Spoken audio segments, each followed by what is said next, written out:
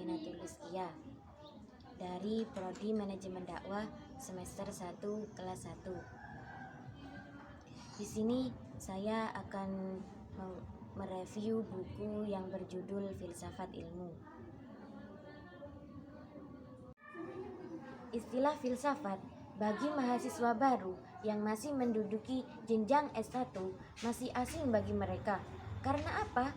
Karena pada waktu SD, SMP, dan SMA, bahkan di pesantren pun hal itu tidak diajarkan. Dan sebenarnya kedudukan ilmu filsafat itu bisa senada atau bisa dibilang selaras dengan ilmu nahwu dan ilmu sorof, yang mana tanpa ilmu nahwu dan ilmu sorof, santri itu tidak akan bisa membaca kitab gundulan atau kitab yang tidak ada harokatnya. Dan di sini, jika seorang mahasiswa tidak pernah belajar ilmu filsafat, maka bisa dibilang mahasiswa itu akan pincang menggunakan akal dan pikirannya. Pada samudera intelektual yang harus mereka jalani dari semester 1 sampai ke semester 8, banyak di kalangan mahasiswa yang salah dalam memahami apa itu filsafat.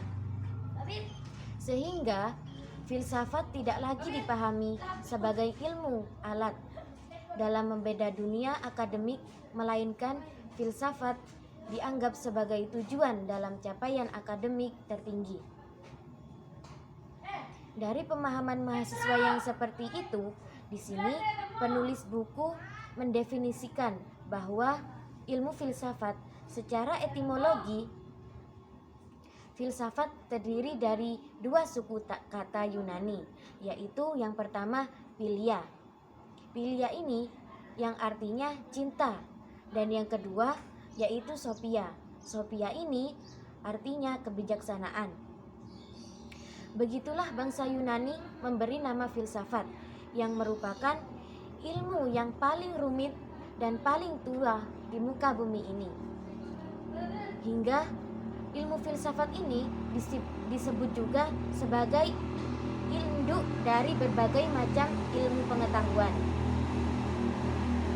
Pada umumnya, definisi filsafat ini secara terminologi banyak yang